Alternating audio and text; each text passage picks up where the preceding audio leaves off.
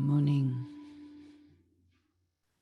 You are masters of the world for 21 births. Now you have the imperishable omens of Jupiter upon you.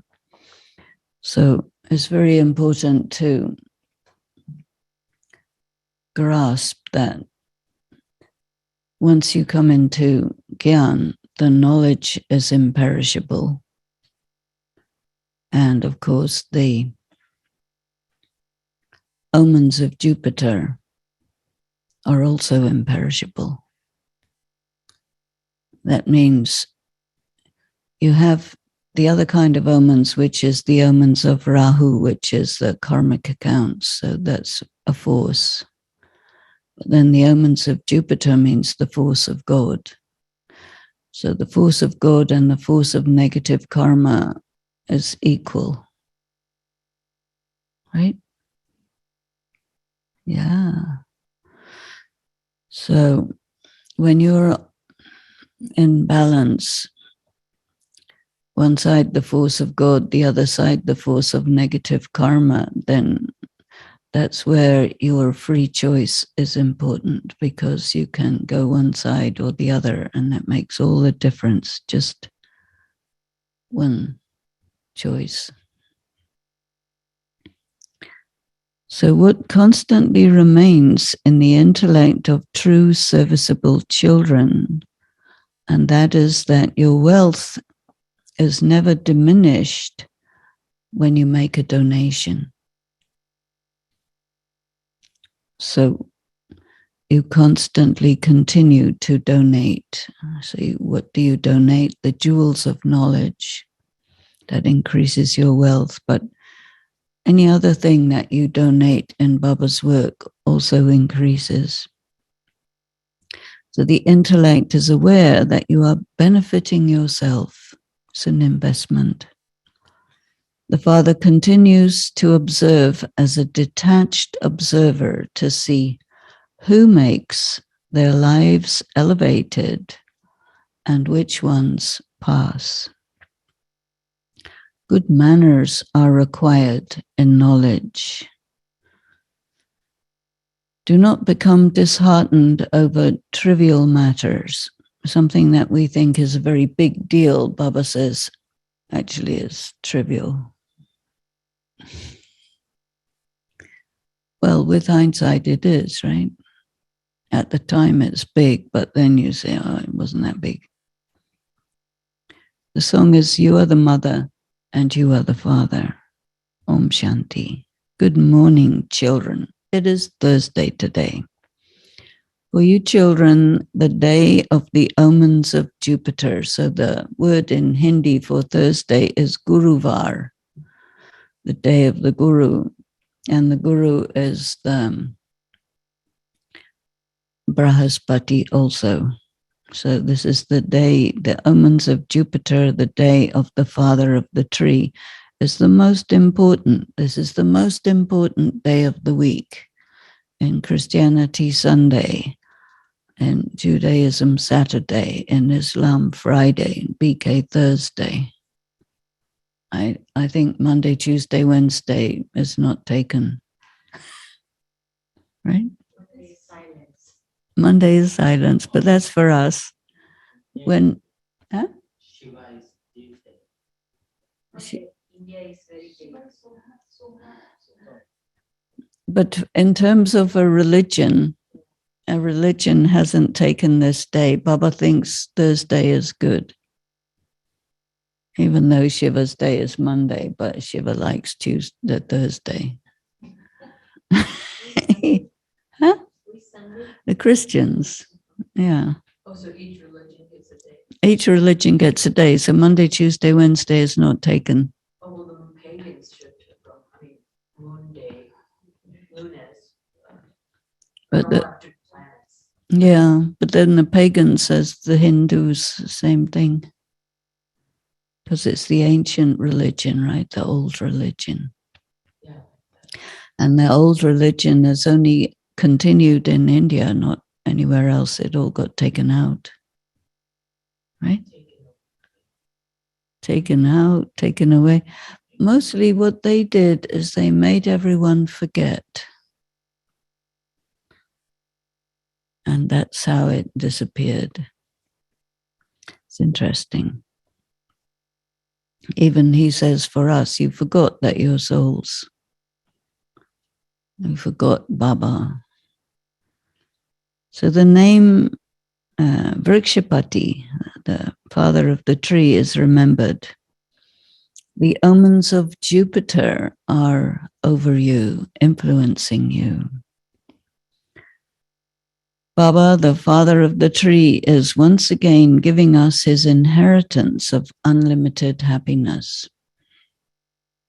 That means from the knowledge you get unlimited happiness, right? Yes or no? Yeah. We learn how to handle conflict. Well, that's another thing. But sukha is prosperity. And happiness in English is a feeling.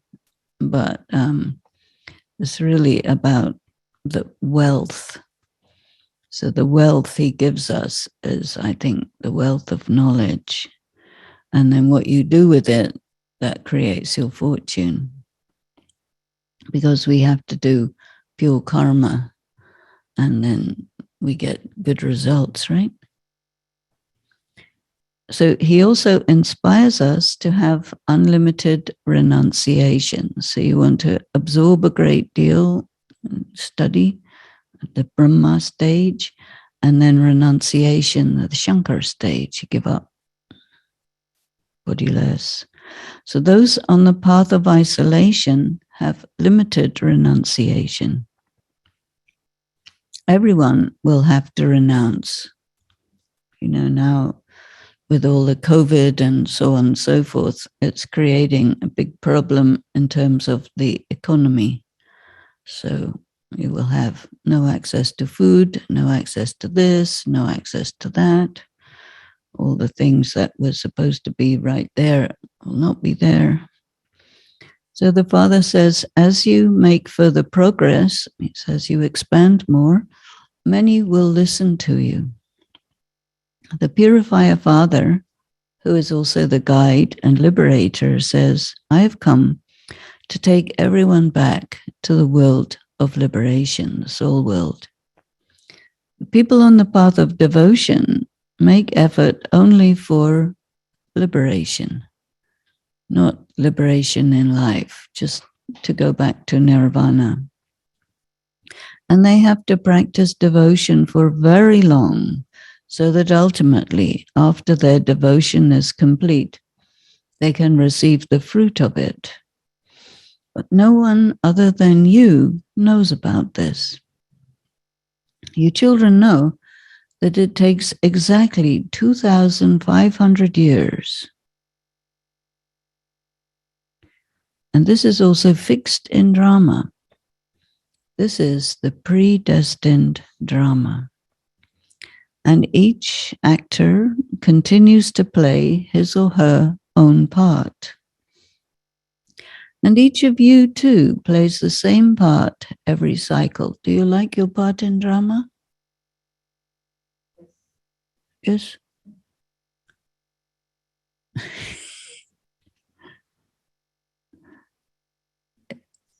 It is a matter of great happiness that we have the omens of Jupiter influencing us. We are becoming the masters of the world for 21 births. It is now our stage of ascending, which means hell is to be defeated and heaven is to be victorious. So death to hell and long life to heaven. This is the slogan they chant in marches and things. Death to this one and long live that one, right? So Baba's using that analogy. This game of happiness and sorrow is also for you children. The Father says, this Adi Sanatan Devi Devta Dharma gives a lot of happiness. That is the new world. And the mines there will be new, all full with gold and diamonds and whatever you want. Everything will be renovated there. When something becomes old, it doesn't have the same essence in the sense of the same strength. There is no power left in this world. The Father is called Sarvashaktivan, the omnipotent one. He is the one with all powers. So what power does he exhibit? Only you children know this. The purifier, the one who gives Sadgati, the liberator, the Father comes and gives you so much power. The power of yoga. He destroys all the many forms of adharma. Adharma means everyone is not what they really are, the opposite. Dharma means what you are. Adharma means what you are not. So the first thing that you're not is body. And then beyond that, all the bodily religions and so on. So he establishes one dharma and one kingdom. Is this not the sign of his power? And he carries out this elevated work through you children. You will receive so much power that all your sins will be dissolved. So your sins will be completely neutralized by your yoga power. So even if they're there, it's like they're not there. They don't have any impact on you. They're made dormant. Then you will become punya atma, these souls who perform pure karma only. The more effort you make, the higher the status you claim. You will become suitable for heaven anyway. At first the world was new, but now it's old.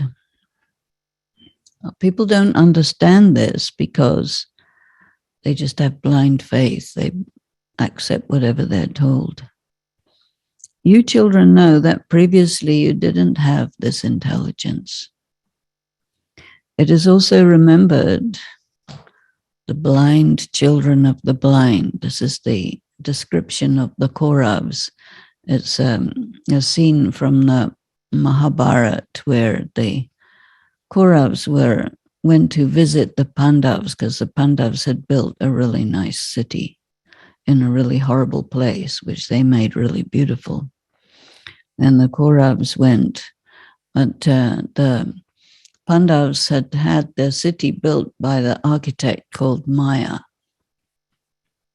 And Maya had made trompe-l'œil. Have you heard about trompe-l'œil? Trompe-l'œil is a system in interior decoration where, and they use it for the exterior as well, where you paint something on a wall and it looks like it's a building or it's a country scene or something, but it's just painted. And so what he had done is there were two fountains, and one of them looked like it had water in it, and the other one looked like it didn't have water in it. But it was the opposite way around. And so Duryodhana went through this fountain, which apparently didn't have water in. Then he got all wet because it did have water in. And then Draupadi laughed at him and said, "You blind children of the blind, blind child of the blind." So this is where this came from. So everyone continues to search and stumble around for God, but they don't find anything. They make a lot of effort. And some poor people even give up their lives. They surrender their life for God. They surrender their lives in front of the images of the deities to please them. And they consider it to be Mahaprasad, the great offering. And Baba says there's an announcement going on that you should not kill cows, because cows are considered to be like mothers because they give milk. And he said, goats also give milk. Why don't you protect them? And so then they say, well, Krishna liked cows. And Baba says it wasn't like that. He didn't have a particular interest in cows. But it's symbolic, because in this confluence age, Shri Baba gave a lot of attention to raise the status of women. And so he took care. And cows means women, not cows. So the father explains, you were the princes and princesses of the golden age. Then you took 84 births, and now you have become Tamo Pradhan. Now you're making effort to become Sato Pradhan, princes and princesses again. This is a school where you can become the double-crowned princes and princesses. One is the crown of religious power, spiritual power, and the other is the crown of political power, so that it is a theocracy that's being created. Although there are many Gita Pachalas, they do not tell you in those Gita Pachalas how you can become princes and princesses of heaven like Krishna. Does anyone who studies the Gita tell you these things? Yeah. Here, the father tells you that you are taking an exam for becoming princes and princesses. And there are many grades in this. The rosary of 16,108 is remembered. So who are they? They are the people who come into the royal families anywhere between the beginning of the Golden Age and the end of the Silver Age. So all that is the royal family people. There would not be just 108. So 108, these are the top kings. Now there are countless people, and there is not going to be any reduction in the population. You can print some of these points in the newspapers. People are going on hunger strike in order to protest the slaughter of cows, and the same hunger strikes took place in the previous cycle. They are nothing new. At this time, people call out to God, saying, take us to the pure world. But only you children know how he will take you. But you haven't yet developed those divine virtues. There is very little imbibing of divine virtues. Everyone likes knowledge a lot. And people know that the BKs practice purity and they live a simple life. They don't wear jewels, etc. But your karma also has to be good. So those who are living at home should not ask their husbands or parents to buy expensive jewels and expensive clothes for them. No. You don't ask for these because now you are leading a life of simplicity. And we are to shed these bodies and clothes and everything and go to the world of Vishnu. So our Father is the husband of husbands and the guru of gurus. So why does Baba say this? Is because in Bhakti, they tell the girl that your husband is God. And the gurus tell them that you can't get salvation without a guru. So they go in between the people and God. And then Baba says, but those people also need God, so don't stop in between. This is why everyone remembers him, and they say, "O purifier, come." Only he comes and gives everyone sadgati. In Sikhism, they speak of this image of immortality. It's not an image, actually. It's Akal Murat. A murti is an image, but Murat is something else. It's like the form of immortality.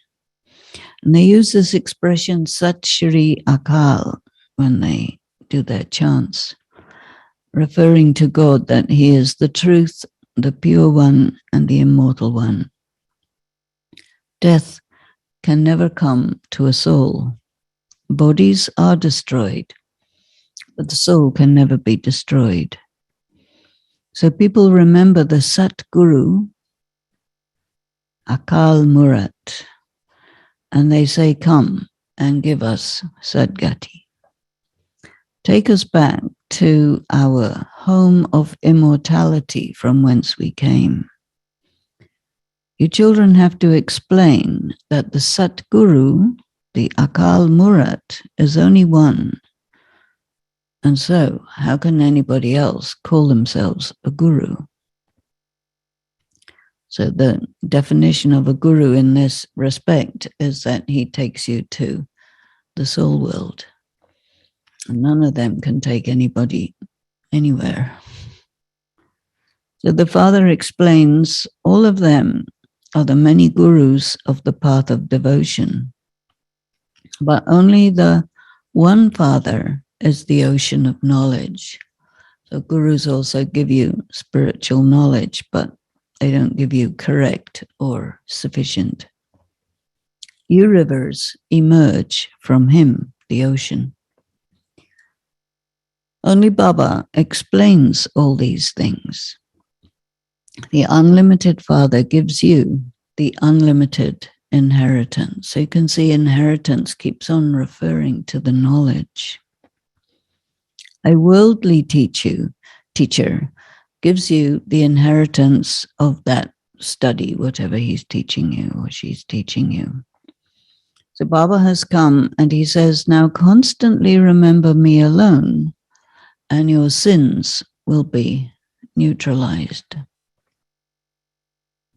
You have a burden of sin on your heads. This weight of negative karma pushes you down. By remembering the Father, your intellects will become golden. Golden means that you'll be able to hold the knowledge. If your intellect is polluted or tarnished, it's because it's holding unclean information. Everyone's intellect has now become unclean and iron-aged. People go in front of the images of the deities and they sing, "You are pure and elevated." And we are dirty. You were pure and elevated, but now you have become impure and degraded. This play, this game is about Bharat. And the story of the 84 births is your story. Those who enter the kingdom of Krishna first will take the full 84 births. No one knows that heaven, the land of Krishna, is now being established. So you can write this down very clearly. You can say, we will make Bharat elevated with the power of yoga. People try so hard to achieve birth control, but this is the work of the Father alone. Because you can't stop the reincarnation process unless you take out everyone all at once at the same time, then they can't reincarnate. Otherwise, it's too powerful, reincarnation. So after destruction, there will be just 900,000. And the Father does not incur any expense in this, and nor is there a question of blessings, etc. I don't think we should say incur expense, but he doesn't charge you anything. And there's no question of blessings. But this old world is to be destroyed. This is the confluence age. It is remembered that establishment definitely must take place here and through Brahma. And this is why Brahma has been shown here on the earth. He's the only deity that has a mustache and a beard. All the others don't. This is a sign that he belongs to this period of the cycle.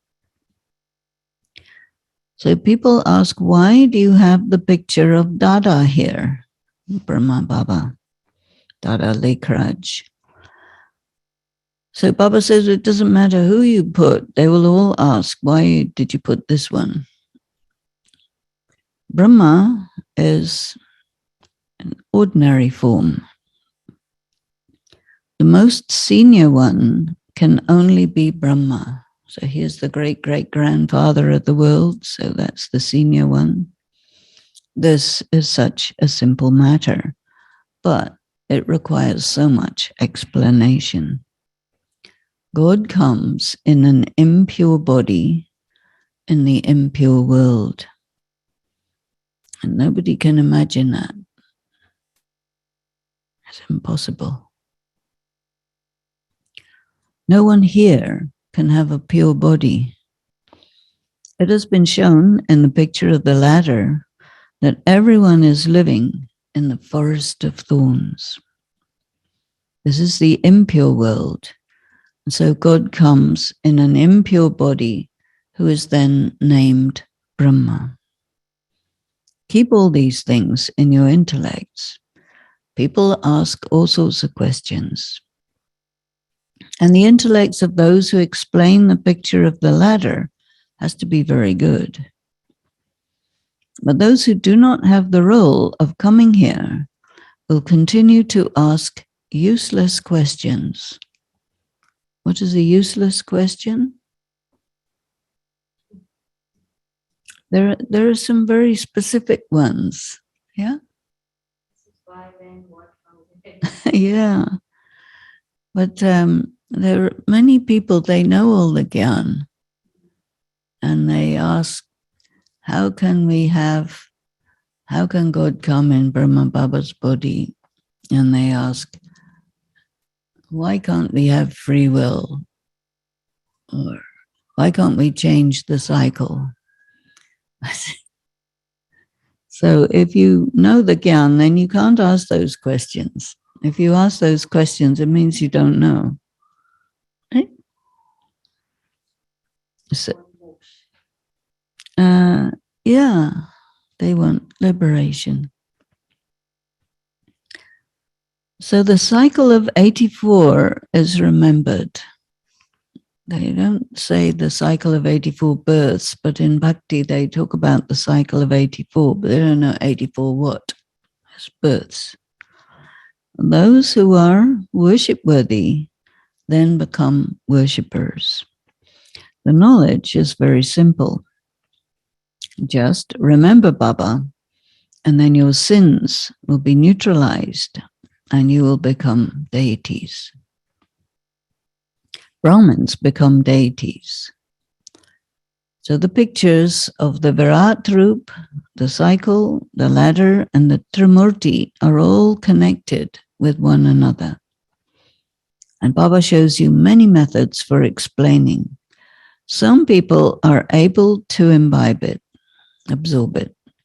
Some hear it in one ear and let it out the other. It is in the intellects of you children that your kingdom is being established, and you are now at the confluence age. It is remembered the confluence of the confluence age that souls were separated from God for a long time. And then ultimately there was a beautiful meeting through the broker. So we are the ones who first go to the golden age, and all the others go to the world of silence. Those who came in the previous cycle will study well and descend first, come down on the earth. Those who don't study well will come at the end of the Silver Age. Everything is something you can calculate. So you can evaluate a person by how they are in Gyan. You can tell their whole cycle. These things will sit in the intellects of the serviceable children. It is also remembered that wealth never diminishes when you give it in donation. If you don't donate the jewels of knowledge, it means you're not studying. The Father sees who the spiritual servers of Bharat are. They are benefiting themselves. The Father teaches you, and he also watches as a detached observer to see to what extent each of you makes your life elevated and who passes the exam. You can also see who the highest serviceable souls are. It is those children who are invited to the exhibitions. Some go there just like that to experience and see everything there. Very, very good manners are needed in this knowledge. You should not become disheartened. There is the touch me not plant. Have you seen that plant? Yeah. It's a very good plant. And touch it, it goes like that. Doesn't wilt, but it reacts as soon as you touch it. It's a wonderful plant. Then the other is the Sanjivani Bhuti, which is the life-giving herb that grows in the mountains. In fact, Baba comes and gives you the life-giving herb of Manmanabhav. Look what they have written in the scriptures. All very fantastical stories. It's so symbolic, but people think it's real. You become Mahavir, the brave warriors. It's a reference to Hanuman, who took the whole mountain because he couldn't figure out which plant was needed. So he brought the whole mountain. So the murli is the whole mountain. You don't know which point is going to touch which person. So you become Mahavir, the brave warriors, number-wise, according to the efforts you make. You gain victory over Maya. You are incognito warriors. The greatest violence is to use the sword of lust. And then the next level of violence is to get angry and speak harshly. This too is violence. It's verbal abuse. It's also violence. So the mercury of your happiness should remain constantly high. Mercury means temperature. Among the children who remain engaged in service, the names of the mothers, the women, are in front. You are also the Shiv Shakti army. The governor also says that the work women do is very good. But here, this knowledge is for both men and women. And yes, the majority are women. It's not that there are just young girls created through Prajapita Kumaris, little ones who are not married. There are also Kumars. Only when both take knowledge can a family continue well. When a daughter is born into some families, they believe that Lakshmi has come. A family that doesn't have a daughter is considered to be an unfortunate family. Look how people worship Lakshmi. Actually, in Most places they think if a daughter comes, that's the opposite of Lakshmi, as an expense, because they have to get her married and give her dowry and all that. But Baba says actually a woman is considered to be the decoration of the home. If there is Lakshmi, there would be Narayan with her as well. Nowadays, people give a lot of regard to women, and Baba comes and gives them maximum regard. First Lakshmi, and then Narayan. These days, they have removed the titles of Mr. and Mrs., and they use the word Shri, Shri and Shrimati instead. So this use of the word Shri, Shrimati is direction of Maya. They would not use the word Shri in any other land. They would never say Shri Christ. Shrimat is of one God with which he makes you into elevated beings. So Baba says, you children should make a lot of effort. However, some become body conscious and they destroy their own status. At this time, everyone is body conscious.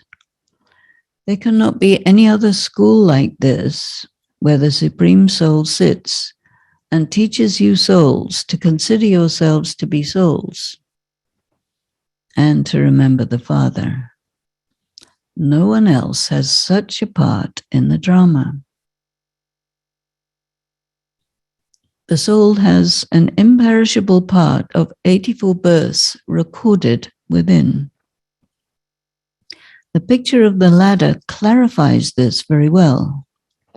So each step is a life, and as you go down. You know that only those who have taken 84 births will come here. You can understand of others that they are going to come down later in the cycle. You children now have to become very sensible. Study very well.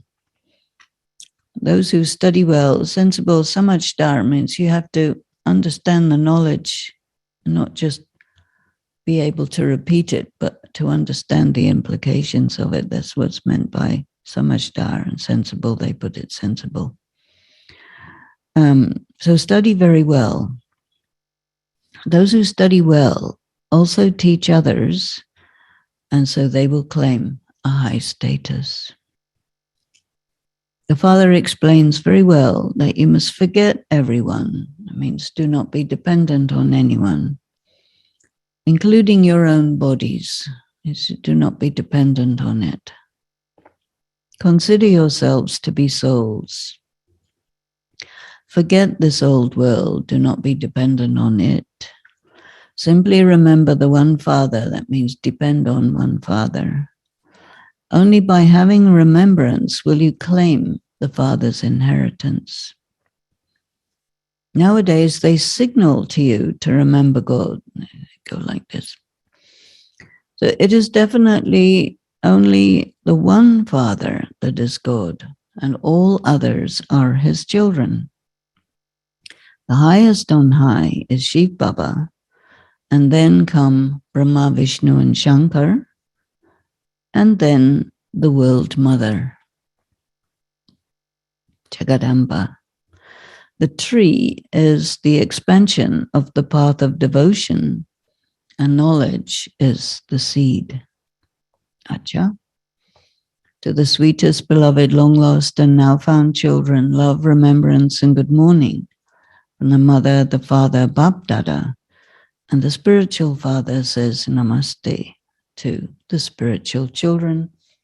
The spiritual children say namaste to the spiritual father. Anyway, the essence, Baba says, at this time, consider yourself to have a life of simplicity. Renounce your interest in wearing expensive clothes and jewelry. But even while living in simplicity, let your activities be very royal.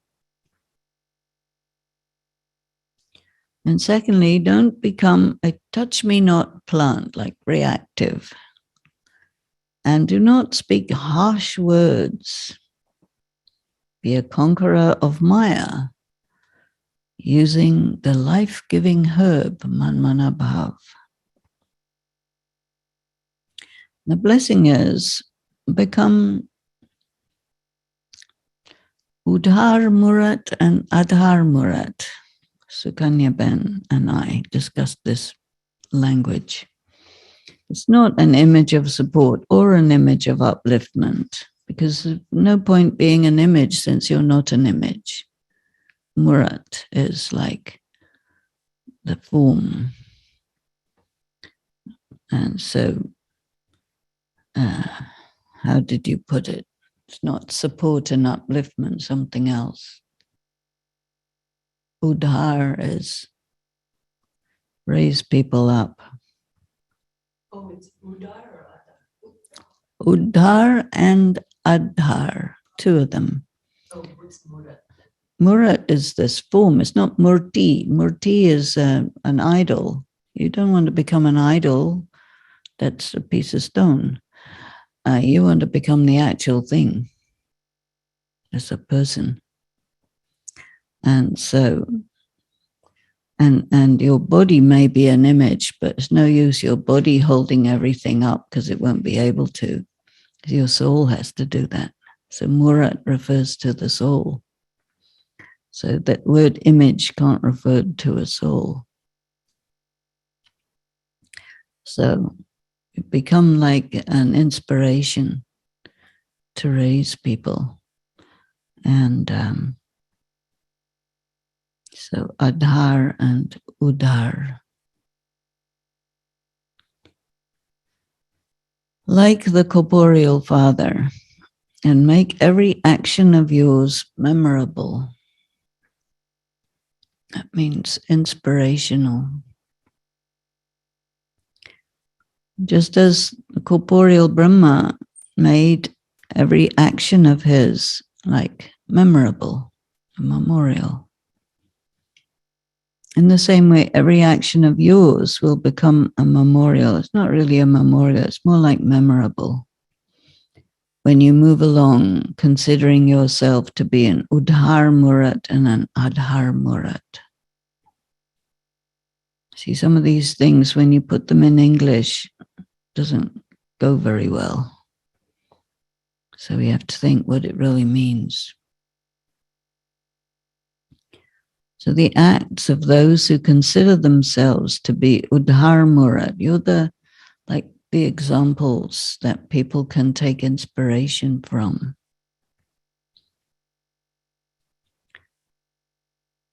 So then you would be the example of world transformation. So that would mean that you would be the highest. When you have feelings to bring benefit to all in your drishti and your vritti. Vritti is not really attitude at all. Vritti is something else. It's more like perspective and perception. So every action of yours becomes elevated when you're having that sense of who you are. See, in English, the word attitude has a different meaning. In America, the word attitude means negative, right? Yeah, don't get it. Right. And so we have to use words that people will understand what you actually mean by that word. And so you have to look at the different possible meanings and select one that corresponds to what he wants you to understand. So it's like your perspective on life, your perception of what is there. So such elevated actions become memorable. Then the slogan, in order to imbibe the power of truth, you have to be tolerant. what that means is somebody, when they tell you the reality, you have to be able to handle it. And if they give you euphemisms, it's easier. But they're not realistic, they're not true. So it's very deep. He's preparing us to be a certain type of quality of person, which is quite discreet. And it's not about making people follow particular behavior patterns. That's very gross, you know. That's, if you think about those who are actually kings, if you know any, I don't know, it's not very easy to get to know kings. There are not very many of them, and there are not very many that have these characteristics, but there are some, and they're very discreet about who they are, not in your face at all, and they don't try to make everybody be like them, impose their ways on other people. That's not considered royal. That's ordinary people do that.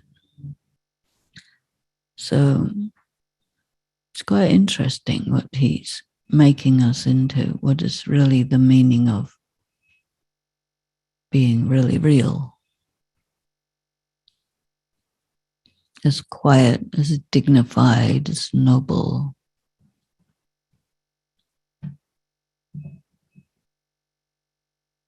But it's also extremely powerful. And such a one is in their power. But they don't push it on anyone. Om Shanti.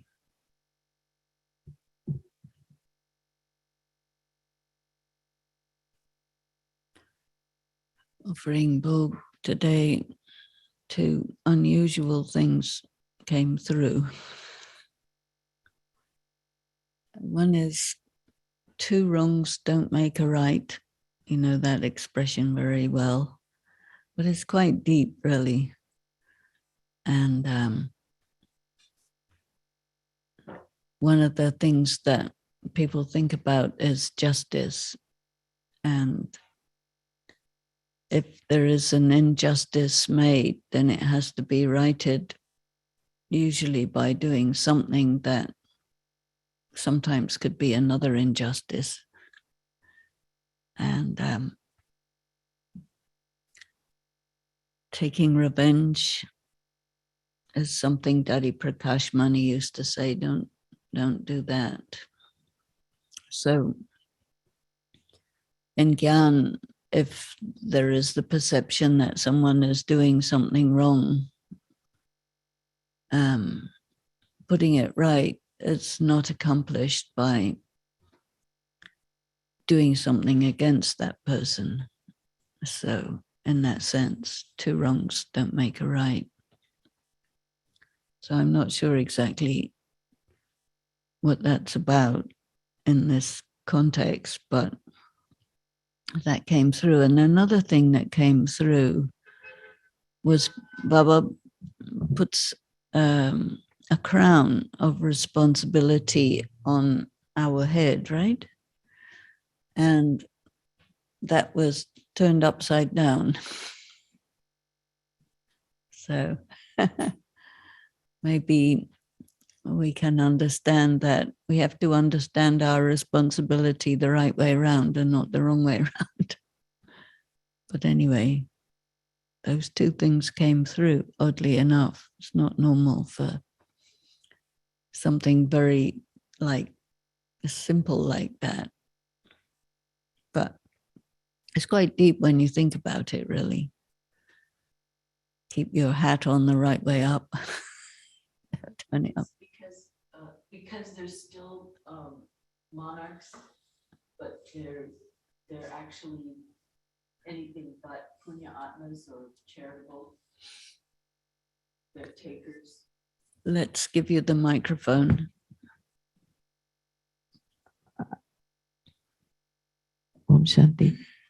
When you were kind of making that lovely list of what it means to be royal and a sovereign, and I remembered when I did actually meet an Indian royal, a prince who owned that palace on the hill.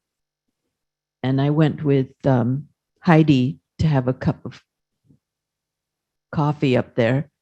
And it was holy for some, I don't know, or something, or going to be holy. Anyway, this prince was drunk and full of color, and he behaved anything but royal.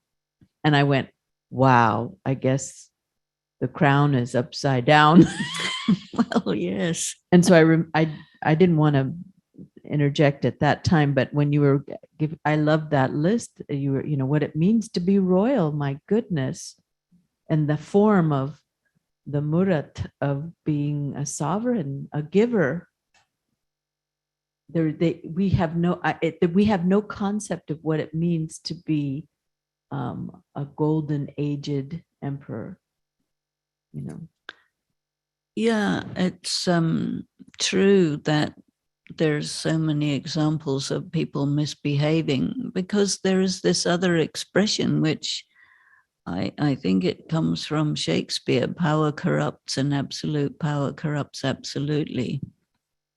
Yet Baba is teaching us how to be sovereigns, how to be in power, how to wield power. He gives us a double crown, the crown of responsibility and the crown of light. And so all of this is, he said, it's a school for becoming princes and princesses, which means you're going to inherit the throne sooner or later.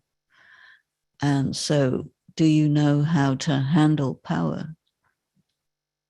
And do you know how to be a leader which is not a tyrant? There are tyrants who are cruel and they use their power against people. But if you have power, quite often Daddy Janki used to talk about what the sanskaras of the royal person. And you have a lot of money, you have a lot of influence, you can do anything you want, but what will you do if you just use it to entertain yourself in a very lavish manner? What will people feel about that? They won't really feel inspired, they won't really respect you, but they won't be able to do anything about it. But I think that if you're in power and people don't respect you, that's not a good vibration. But if you're in power, the king in the golden age is there. It's you have this expression dhani, and it's translated in the murli as Lord and Master, but what it really means is provider, which is the opposite. And provider in the sense that the king has to make sure that everybody has food, shelter, health, all of these benefits, so that their life is happy. And the king has to provide security, make sure all the enemies are neutralized, and that everyone, the king is also the one who settles disputes. So you have this story in the Bible. You remember this story perhaps about there were two women and they were disputing over who was the real mother of this child. And so the king, in order to determine who was the real mother, said, okay, what we'll do is we'll cut the child in half and we'll give each of you half. And the one who said, no, give the other one, that was the real mother. So he gave it to her. And so you have to be like sensitive to the feelings of people and what's love and what's important, and make people feel their value and their what they offer, what they contribute to make the world. And so the king has to give vibrations and be a presence, because you don't really, I mean, things carry on pretty much by themselves as long as you are doing what you have to do in a right way. They will work well. And as soon as something's not out of line, then you have to go in and do something about it. But otherwise, there's a natural way of how things run, like nature. If you have a garden, you don't have to sit in front of a tree and say, I want you to grow, because it won't grow like that. You have to allow it to be. But if there is a woodpecker that comes along and wants to make holes in you, then you talk to the woodpecker about how, you're not disturbing my tree, go away. So something like that. So the king has to take care. And in the golden age, it is said the king is like the father of the people. So you have Brahma Baba being the father of the people, and then he becomes born as Krishna, and then he becomes Narayan. The sanskara being the father of the people is very important. Yesterday, while talking about treasure of knowledge, Baba said, you keep the treasure of full knowledge and the knowledge of three aspects of time. Yes, you do. Are you saying what's the difference between full knowledge and the three aspects of time? Knowledge of the three aspects of time is how you understand about karma, because everything that happens is a consequence of something that was done. So something appears in front of you and you look at it saying, what's this? How did it arise? You have to understand how it arose. And you also see that as a trend, it's going somewhere. And when it comes in front of you, you have to see where it's going and whether that's a good place. And if you can do something to make it go in a better place, then you can apply some force of your will, some choice. But there are some things that doesn't matter what you do, the force with which they're going where they're going, there's nothing you can do. So then you have to accept. So the full knowledge is all the details, but especially when he says three aspects of time, that means we have to really understand about karma philosophy. What I was thinking was with three aspects of time and karma, that we talk about destiny, yet it needs karma. I mean, how can there be destiny? It's pre-designed, but it's based because of the trajectory of your karma, good or bad or whatever. Well, you can look at it like that, but also you can look at it as coexisting, because your destiny is already there independently of your karma. How is it independent? Well, your part in drama is fixed already before you do anything. These are what they call the questions. How- Right? it was asked, how did it get fixed? How did it get fixed? It is there. It's really another question you could ask is, who are you? Because who are you includes the idea of destiny, I think, better than what are you doing? Because there may be many things that you do and that people do to you or against you with the name of changing that destiny or preventing that destiny. But it can't be prevented.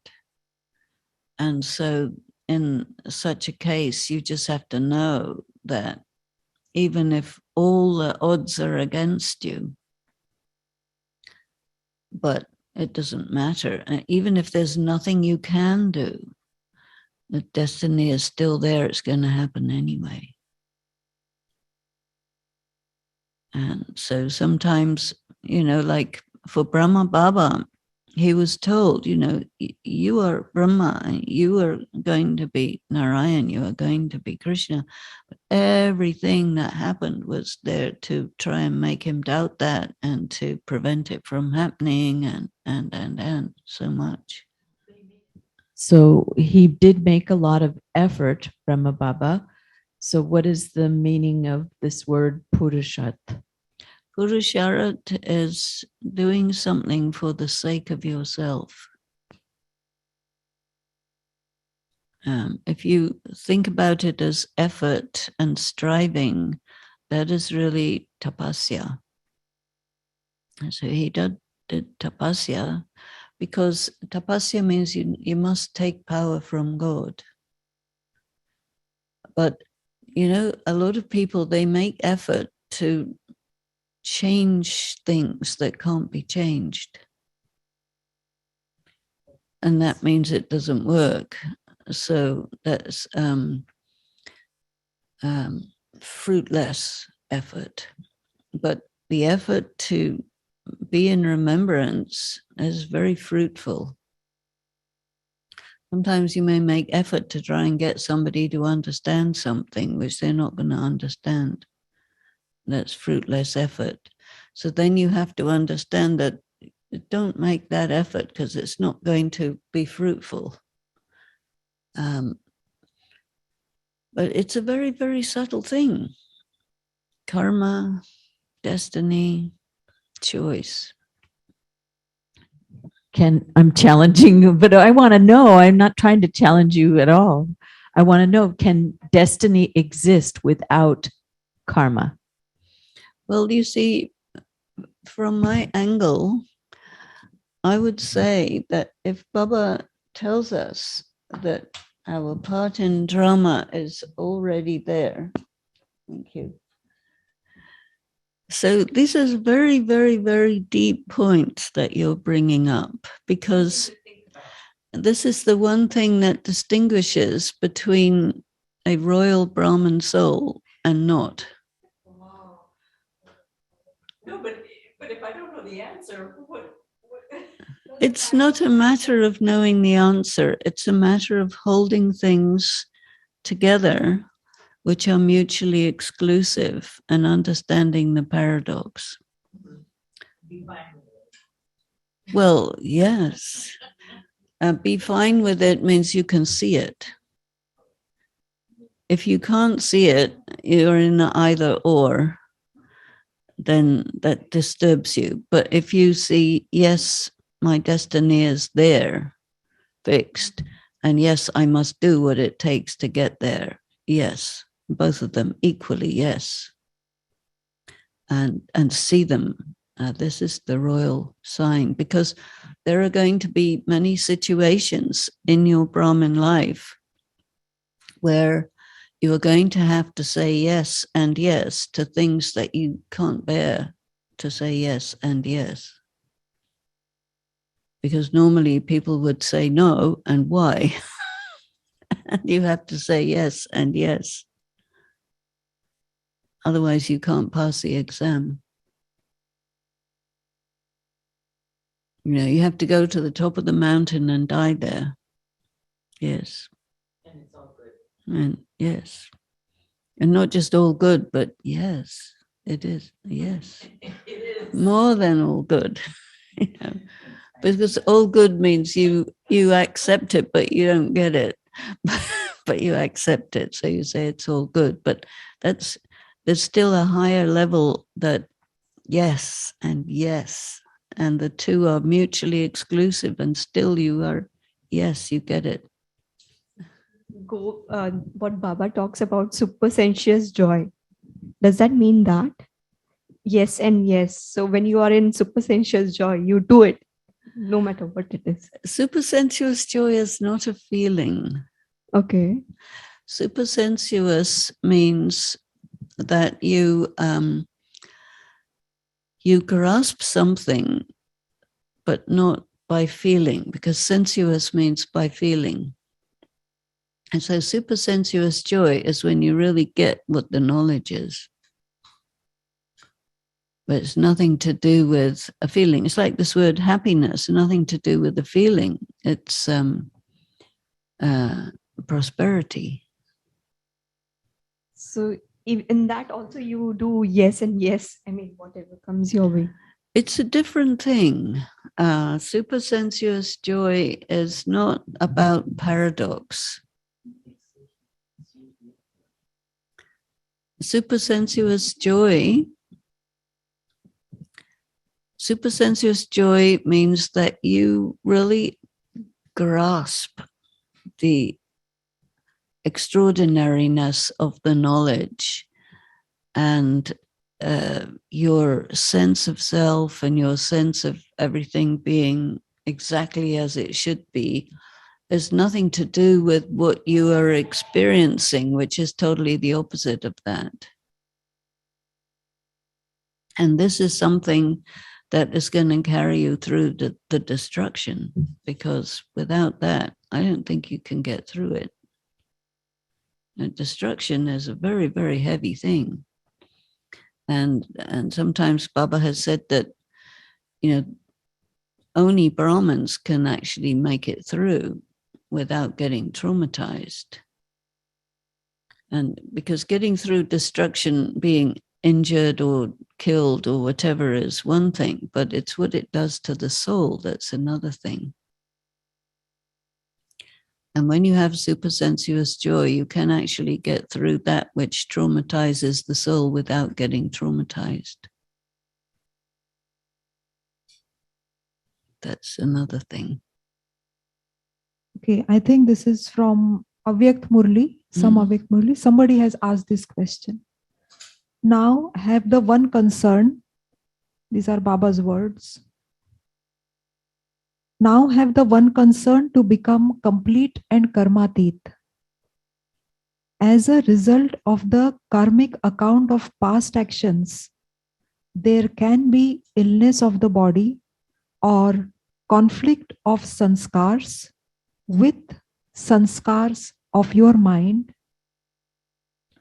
Be karmatit and do not be influenced by the suffering of karma, but settle your accounts as a master. To settle the suffering of karma by being a karma yogi is a sign of being karmatit. Question is, what does it mean? Conflict of sanskars with sanskars of mind.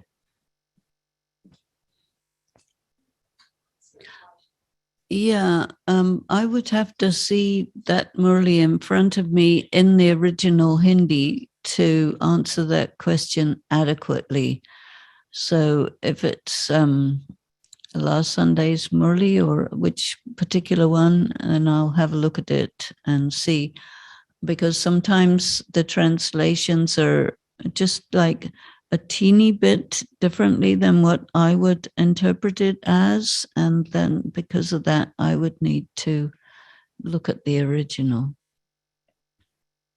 And you see, Shiv Baba's statement to all of us is that you are not responsible for the effect of time. Because why do people become body conscious? Is because of time. And why do people do wrong actions? Is because they're weak. And to punish somebody for being weak makes them weaker.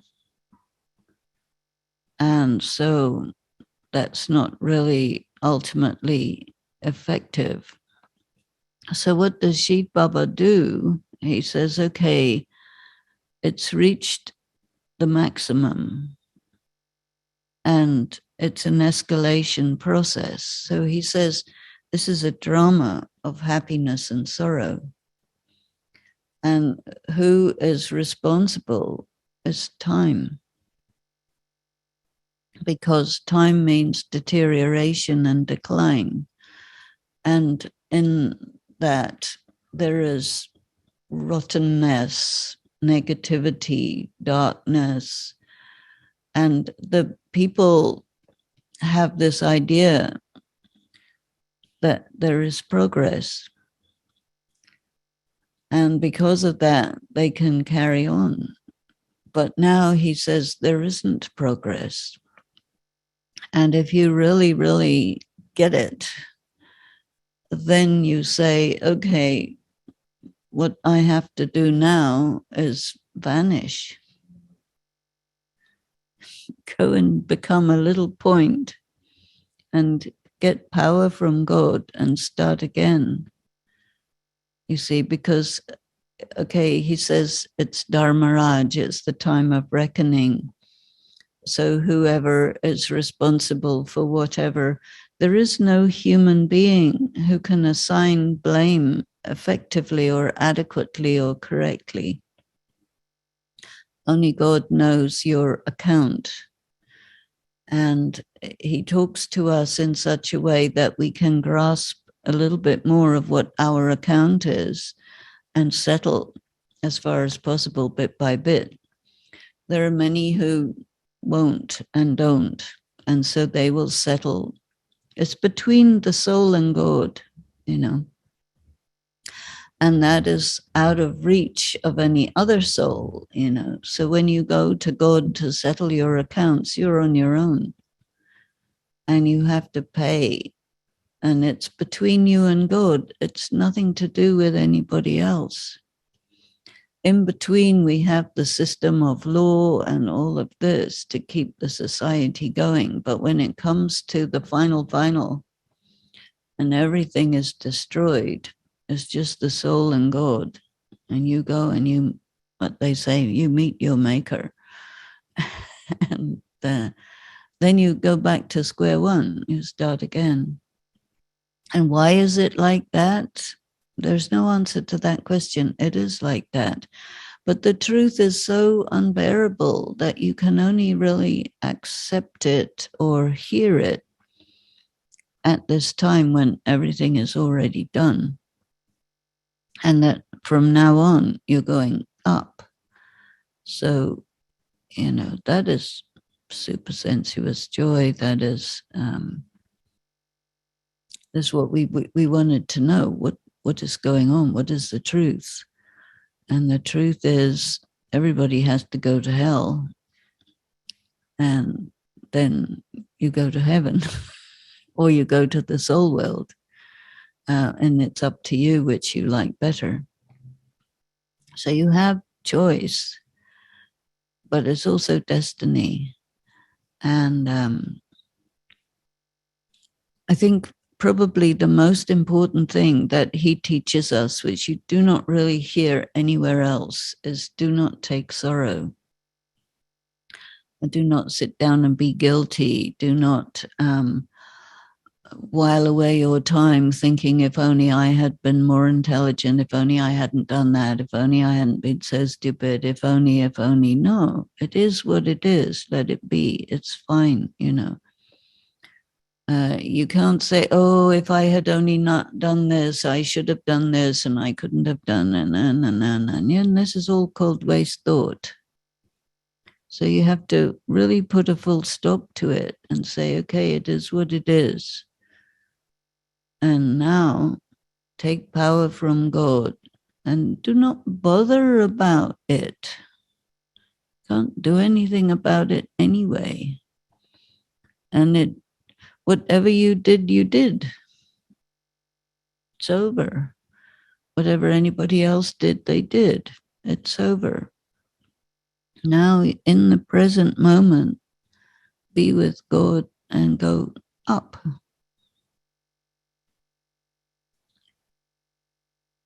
And that's what it is. And then there's nothing more to say. Really. Know what I mean?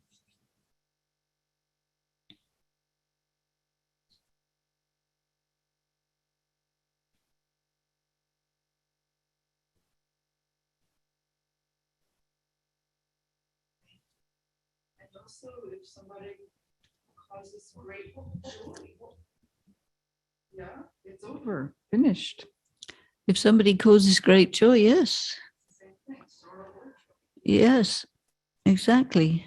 These are momentary peaks or lows. But this is the thing. It goes on and it goes on and it goes on. Like Baba was talking about the louse, which is not a louse. The bull which goes round and round. Existence is you go round and up and down. And then just who are you? What kind of a being are you? Are you happy that you are you? Yes. I was thinking little. I understand where you say what you're saying, but as an ancestor, so or in I can't really hear you. Can you make it a bit higher? so even in Laukic terms, also they say like stronger should protect the weaker. Mm. Of course, souls who are weaker, souls who are stronger. I mean, having access to the powerful Baba and Murli, and we have ability to access and comprehend Baba's what he's trying to say, and have a capable to do that. Being stronger, what is that? And again, Baba says you are the ancestor, you are the roots, you are the foundation. So what is it that we as a Brahmin should be doing for those souls who are traumatized? I mean, I get the answer, like connect to Baba, give the light, hold them in God's light. I was just thinking if anything else you would like to explain. I think that the way you look at them makes them look at themselves that way too. Because most people don't really operate from the inside out. They operate from the outside in. So if you look at a person as whole and healthy and original, and whatever happened to them, you don't see that. So then they can't see it either, because there's an influence of what you see in another person. They will see what you see. So that vision is powerful. Yeah.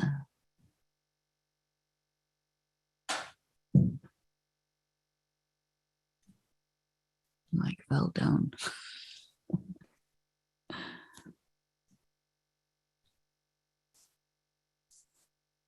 How do you, what are the characteristics of a weak soul? What is weakness in a soul? In Hindi, it is kamzor, less strength, less power. Yeah. Well, the person is very desirous. and usually rather violent, and can't really bear their own existence, and has a lot of waste thoughts, and blames everyone for everything, including God. And whatever you tell them, they won't do it. In some ways you could say they can't, but they don't want to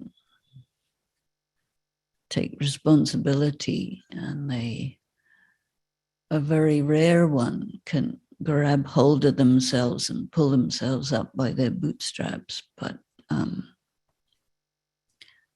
this is the problem, the denial, blaming, naming, shaming, violence, making other people low so that by comparison they look good, causing damage, jealousy, etc., etc. And I mean, when he talks about body consciousness, he talks about all these things. And what we have to, I think, really understand is we should not think of ourselves in terms of goodness and badness, but in terms of, if you're depleted, then definitely you will have negative sanskaras all over the place. So what you have to do is not try and fix your sanskaras, but try and take power from Baba, because when you do that, your sanskaras automatically fix. So the important thing is the yoga. And so, you know, the Amrit Vela, the evening yoga, the take time for yoga whenever you can, is going to give you power. And there's no other way to get power. I mean, somebody can give you a nice bit of sakash, which will last you about 3 minutes. But you take your own power, it'll grow, you know. And so I thought it's quite interesting in the murli that don't bother about trivial things, and all the big things are actually quite trivial, or make them trivial. It doesn't matter, you know. Because one interesting thing that is often said to us in Gyan is, do not make somebody's mistake a reason for you to stop your progress.